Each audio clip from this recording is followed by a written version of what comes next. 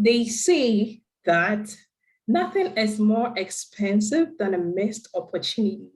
So today I have with me David Kweku, who would be sharing with us all a very great opportunity I think everyone out there needs to hear about.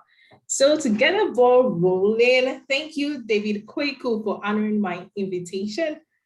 And I would be honored to have you to introduce yourself, a bit, some small information about yourself to anyone listening to us this time. So, David, the floor is yours. All right, thank you, Ruby. I think this is Rjay, right? One of the series that you are performing, at least to inform your Rjay audience. Speaks. Okay, so it's not Rjay, right? It's No. Rjay Speaks, right? Okay, okay. Yeah. All right, thanks for having me here. Actually, as you mentioned, so this is David Kweku, a Ghanaian student in the United States, pursuing my career, and just like I started with, I attended my undergrad at the University of University of Science and Technology, KNUST, and then so I studied my undergrad in BSc Actuarial Science. So I got introduced into some of these actuarial field, and that's where the passion started growing. And I decided to, I know the insurance industry, and the actuarial field is well developed in the United States. Yeah. So that gave me the call up to just start working into the studying abroad program. Mm-hmm. So I came up here to continue my education in my master's degree. So I'm actually enrolled in the University of Nevada, Reno, studying statistics and data science. And good for me, I had my graduation this December. So yeah, that's a bit about me. And yeah, still pursuing the actuarial dream. Yeah, and working alongside as a data science student. So congratulations, David, upon your graduation. And once again, I'm happy to have you. So on today's topic, can you tell us, how you got to know about IABA? And viewers, when I say IABA, I mean International Association of Black Actuaries, of which David and I are a part. So David, how did you hear about the amazing group IABA? Well, yeah, thank you for, once again, having me here. I think IABA over the past years has been one of our supporting and a great backbone in pushing us forward through this, guests to look into the actuarial field and getting our career started. Actually, I heard about IABA while I was back in my undergrad in KNUST, and I was speaking to a couple of senior actuarial students who I had as mentors.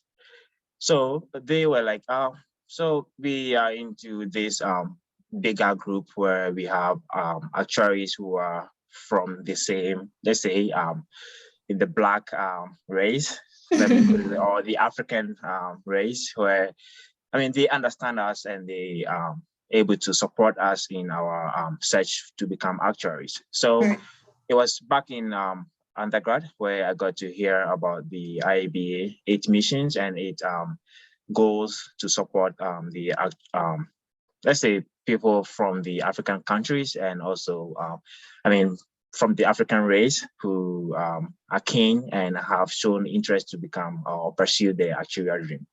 So that was the point where I got to start looking into IABA 8 missions, started following it, was it the LinkedIn profile on and started looking at some of their events. So the interest started growing from that point, and I started to become a member because I realized that whatever they were doing was great and I would want to be part of it.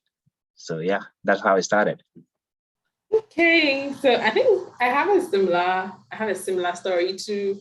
During undergrad, back in school, hearing about IAB, we always used to hear it, but it's more visible now. I think that was virtual IAB for us. Okay, I understand. Yeah, it's more like an in-person IAB. We get to see I mean, the people behind it, and it's quite amazing with great vision. Yeah. So, David, I know you were a recipient of the IAB scholarship, you know, Right. the well-known scholarship Yeah. IAB for 2021, 2022 academic year. And I'm sure a lot of people watching are interested in knowing the procedures required, you know, to qualify for something like that. Is it open to everyone? Like, can just anyone, maybe someone watching with maybe a background from our Greek, a background from, you know, music, because they had it's a scholarship, everyone wanted to chance on that opportunity. So, I mean, who is it open to, and can you walk us through the application procedures? Well, I think that's a good question. Thank you, Ruby. And for the eligibility for this scholarship, I think there are some requirements that you need to meet as an applicant.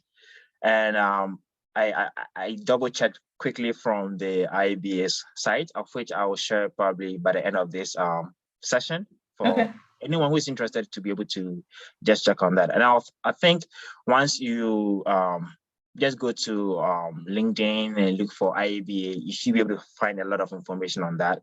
But then, yeah, we'll talk about this more. And I think one of the requirements for being eligible to receive the IABA scholarship is that I think you need to be like a citizen or a permanent resident of the United States or Canada or any of the Caribbean or an African nation for you to be able to receive the IABA, because as I said initially, it's to support the African race or the Black actuaries or people who are more keen or like to get into the actuarial profession from that race. So yeah. Sorry to cut in. Is that to say it's open to people who are Africans but are permanent? I heard you say like permanent citizens, or like permanent citizens like Americans or other like Canadians. So like to clarify that. So for me, like as a Ghanaian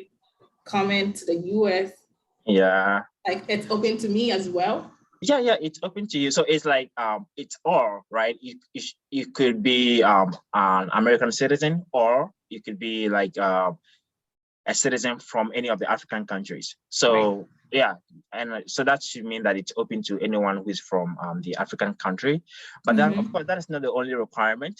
So once you are from the African country, and you should at least sometimes if you have you should be enrolled into any of the universities in the Canada or the US.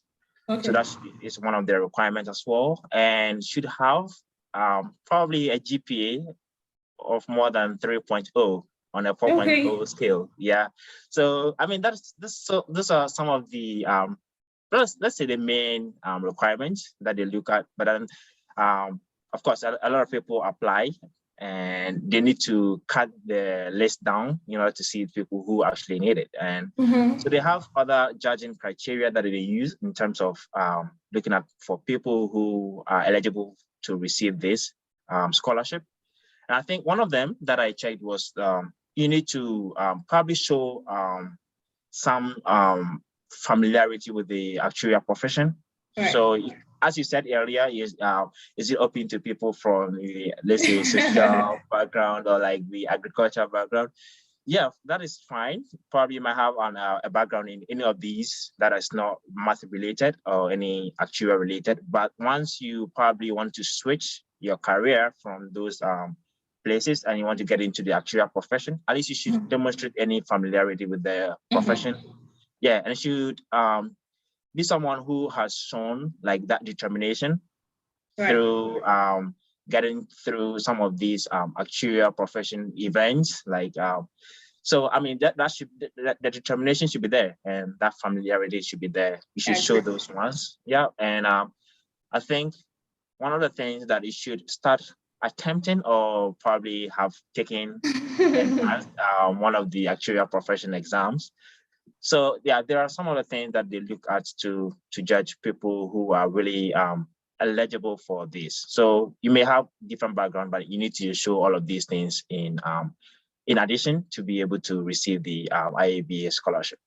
So I think one of the things that I would say is that I think you asked about how do we go through the application process, and maybe if there are anything that you need to know. So I think the application process is really very smooth, very quick. You don't have to do anything back and forth. You know, you don't have to fill any lengthy forms or anything like that. You don't have to check YouTube for direction. No, it's quite very simple procedure, and that's one thing I recommend about the IABA for keeping things very simple. So once you go to the site and you look for the actual the IABA scholarship, you just Google that, you'll be able to find the Actuarial Foundation, right? And I think that is the direct site that you're able to get to the application process. Even once you go to that that portal, they list the requirements that you need to see, and some of the things that you would want to put into your personal statement, something I'll talk about very shortly. So it's for you to be able to create an account with the IABA, providing your personal details. Yeah, they'll ask you questions about your like say an exam that you've taken or any exams that you want to sit for in the future and anything. So some of these things are some of the things that you'll be filling on the form. It's quite really simple, very short. You don't have to spend a lot of time over there. And I think once you fill those forms, one thing that you need to include in the forms before you submit it is the personal statement, which I mentioned earlier. Yeah. And in this personal statement on the site, they've given you some information that they would like to see in the personal statement, which should be easier for you to go through. And this personal statement, as I said earlier, should give you, that's where you're going to sell yourself. I mean, you should tell the IABA that you've shown some kind of familiarity with the actuarial profession. You've shown some enthusiasm, some determination to get into the actuarial profession, because as I said, it's one of the judging criteria that they use. So here, that's in the personal statement, you want to probably start talking about how you got to know about the actuarial profession, how well you have some information or ideas about the actuarial profession, what they do, right? And what is your most interest that you got into, or that is getting you into the actuarial profession, right? And then you tell them probably some of the things that you've done, or some of the things that you have worked on that is related to the profession, and in this case should demonstrate that your determination. That So I would mention this thing earlier because I first applied for the IABA scholarship in 2020. Yeah, even though I had probably taken a couple of exams and shown some interest, but then I had not shown maybe any continuity in terms of getting probably a continuous form in the actuarial pursuit. So I didn't get the IABA scholarship for that period. Okay, so not to cut in, what do you mean by you've not shown any sign of continuity? Right. So I had written about, I think, 3 exams, and I had paused for a while because I had not taken the next exam. So in this case, like, people start with the idea of getting to the actuarial profession, but at the point they kind of, I mean, they get, maybe they want, the interest changes. Of course, we are people, and other time interest change. So if it could be that for that long period, like, that you've not taken any exam or not even gotten into any event that is related to the actuarial profession, then it could be that maybe you are stopping or you're quitting the actuarial career pursuit entirely. So in that case, they don't. It's not advisable for them to give you that scholarship. I mean, there are a lot of people who are more keen in looking for the actuarial scholarship to, I mean, help them pursue the profession. So it's from that point, I realized that I didn't get it. So I the one that I applied for that is in the 2021-2022 that I received it. But then I had started going through some taking, I had started the steps to take the next exam for my actuarial profession. And I'd also taken a couple of actuarial events. I've attended some of them, like the IABA boot camp, which I participated. And I think that is one of the best thing that as a student of the actuarial profession that you want to get into the profession, you should probably partake, because it's very informative. One of the things that I really loved over the last I mean, I learned a lot of things during that time, and it really helped me getting some internships. I think one of the things that really also sells you out when you're applying for the scholarship is for you to be able to if you've been able to get some internship, that is also a good indication that you are so keen in continuing your career development. Right. So I had performed some of these things, gotten an internship, went for the IABA annual meeting, went for the IABA boot camp. Of course, you don't have to do all of these things. At least there are a lot of things that you can do to show enthusiasm, and also to show that you are still in the pursuit of the program. So at least you go through some of these things, you show them, you let them know through your personal statement. And I mean, any other extracurricular activities that is related to the profession, that is very good in keeping them in your personal statement. So getting back into the process or the procedure in applying for this, once you've gotten your personal statement down, I think the next thing that you need is for some recommendations. In this case, I had my recommendation done by my active professor that I'm working with, who would know in terms of your standing in the academic pursuit, what you're doing, because you need to show that you are still working on your toes to get things done, and you are successful in your program that you are studying. So it's one of the things. I think you need about 2 recommendations in this case. So if you want to start applying for this, you should start talking to your probably academic advisors, your professor that you're working with. If probably you are not in the academia, but you probably yet to enroll, of course you need to be like a student. So maybe professor that you'll be working with and who probably have known you in a bit could also recommend you for the program. So those are the key things that you need for the application. And once that is done, you don't have to do any other thing. You're good to just wait for the decision, and of course they will get back to you once decisions are made.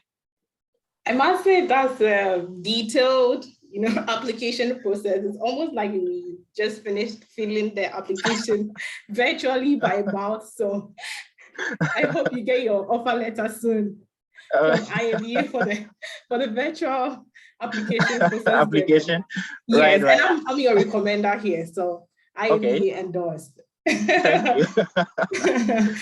So for those listening as well, I think currently the application is still open. It's open all through March 31st, 2022. So those interested, he's giving us a very vivid, vivid demonstration or vivid way to apply and what you need to know.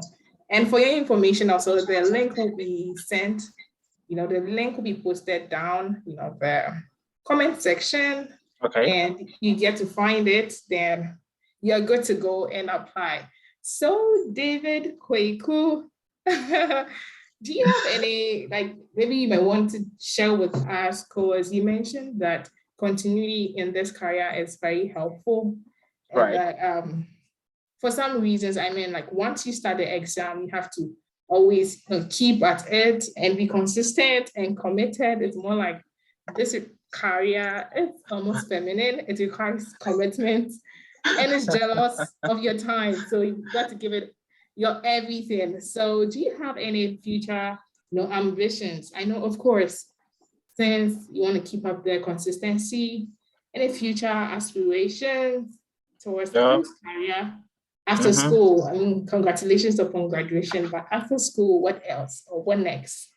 Yeah, thank you. As you said, this is one of the field or career path that you always want to show that commitment, because once you try to fall out a bit, I mean, the enthusiasm will just vanish like that. And I mean, Just getting like back would that is be, the word. yeah, just getting back would be a bit hard for you. But Mhm. yeah, it's not like you always have to be on it. Like, I mean, just do your best. Like, probably maybe doing something else. Like, I'll give myself like using myself as an example. I wasn't for my master's degree. It wasn't in direct in actuarial studies, right? It Okay. was statistics and data science. So, I mean, I'm doing something like that. I have to still study for my actuarial papers, right? And that is like combining two different things together at the same time, right? Mhm. It's sometimes hard, but then, of course, this is one thing that you've decided to do. It's the passion that you want to pursue a career in actuarial. So, and to be able to be an actuary, of course, you know, it's these exams. There's no, I mean, you can go ahead and get No. your get a PhD, but you're not an actuary, you know. So you just have to just work on getting your exams done.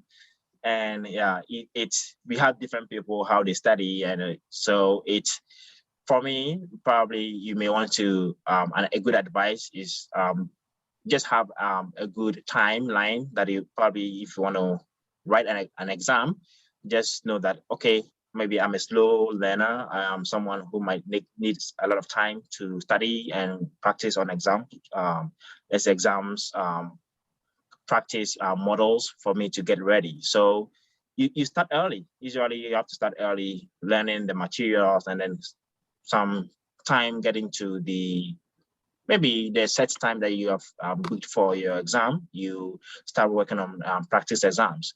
So usually it's more about the determination. And if you think you don't have the determination to get into that career profession, maybe you may probably want to reconsider your thoughts.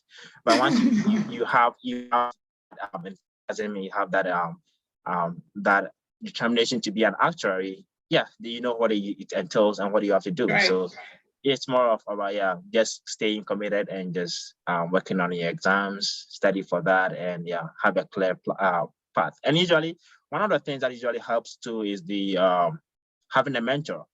Hmm. So yeah, once you have a mentor, you just share your current standings, where what you're doing and what you want to add in terms of if you are doing something different from the actuarial studies, you want to talk to them how they can help you. And of course, there are people who have been through that already and have a lot of experiences, so they can share with you, give you advice on what to do.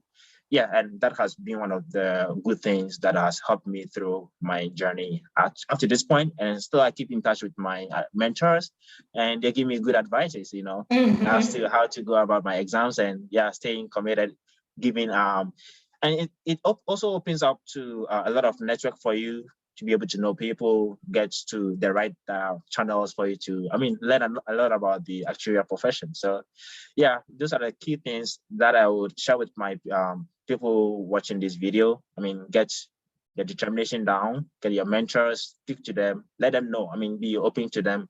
This is what I'm doing. Maybe I want to stop the actuarial for a while. What is your I mean, what is your recommendation? And of course, You dare not. yeah, of course. So they will assess the situation, be like, okay, so this is how you want to do it. You don't want to probably put everything aside completely, but yeah, they'll just help you through getting to know Right. what to do. So Right. yeah, it's keeping your mentors by your side all the time is really, Mhm. really great. Yeah. Yeah, I agree totally because I have mentors too, thanks to IB. I mean, different kinds of mentors. Right. And right now, there's a mentorship program which will be ending in January. I think it was a Oh, 3-month yeah, mentorship yeah. program. So for people who are mentorless, please, IB is your, IB is your solution. Right, And right, right, yeah. I know. Then you mentioned, I think this one hurts. You mentioned that you may have your PhD So even if your PhD is in actuarial science, you're still not an actuary. And I think that one hurts more. Oh no, it's not. I mean, it's not like it hurt. I mean, you can go into the probably I'm talking about like practicing as an Right. actuary, because Gotcha. you need the credentials to be able to probably work on Exactly. some signing of papers and kind of things. So yeah, that's the point. And if you want to be a practicing actuary, then you need to have your exams done as well. So exactly. Yeah, but if of course we have different people. Probably if you don't want to be a practicing actuary, which sometimes it's a bit maybe a bit rare, yeah. But yeah, you may want to, yeah. People do the PhD and both the exams, which is great. So that's fine. I think that's the unique thing too about the actuarial program. You could just have your BSc, but once you have your exams, in place, then you can be an actuarial with a master's. I mean, the level does not really matter. It's the exams that speak. It's the exam. Yeah, I mean, the actuarial profession is more is the exam. So that's what you want to just focus on. Basically, get that done. Yeah, and you move ahead with anything that you want to do. I agree. I know this whole exams teaches humans. It has a way it can tame you. It has a way it can make you happy and make you humble. I mean, like it's a whole career process and the character shaping too. I don't know how it does it, but I mean, SO is doing a good job in taming the strong. I mean, so it's one of those things. But thank you, David. And I think one thing I was going to share was maybe for my personal career aspirations. As of now, as you mentioned, I graduated from my master's program, and I'm looking at getting into the industry. And once again, so for now, I'm just looking at working on getting my exams done and attaining my credentials. And so and yes, open to creating a lot of networks, learn more about the actuarial profession, and have my career developed as in that form. So hopefully, in the very near future, I should probably attend my fellowship, and yes. So, are you planning on the SOA track or the CAS track? I mean, that's a very good question. It's one of the very hard questions to, one of the very hard decisions to make once you get into this. Yeah, for now, actually for the internships that I've done so far, and probably the next step in my career development is to work in the industry, is related to the SOA path. So I'm kind of probably say directed into that area. So for me, I would say the SOA path for now. I can't wait to see your post on LinkedIn, like David Kweku with that, those 3 letters. FSA. FSA. FSA. I'm just fingers crossed, just working on it. You're working for 3 letters. I mean, but it's worth it. It's worth it. It's worth it. It's worth it. So thank you so much, David Kweku. Thank you. Incoming FSA. Incoming FSA, for having us here and sharing this amazing tips for anyone who is ready to grasp, this amazing opportunity. So it's been great having you on the Rjay Speaks channel. I mean, guys, if you like it, just you can leave your comments. If you have, extra questions to ask, you can leave it in the comment section, and I'm going to attend to you, as soon as possible. Don't forget to subscribe. Of course, don't forget to subscribe and share this amazing opportunity. So thank you once again, David, and thank you guys for taking time to watch this. And until next time, it's a bye from us.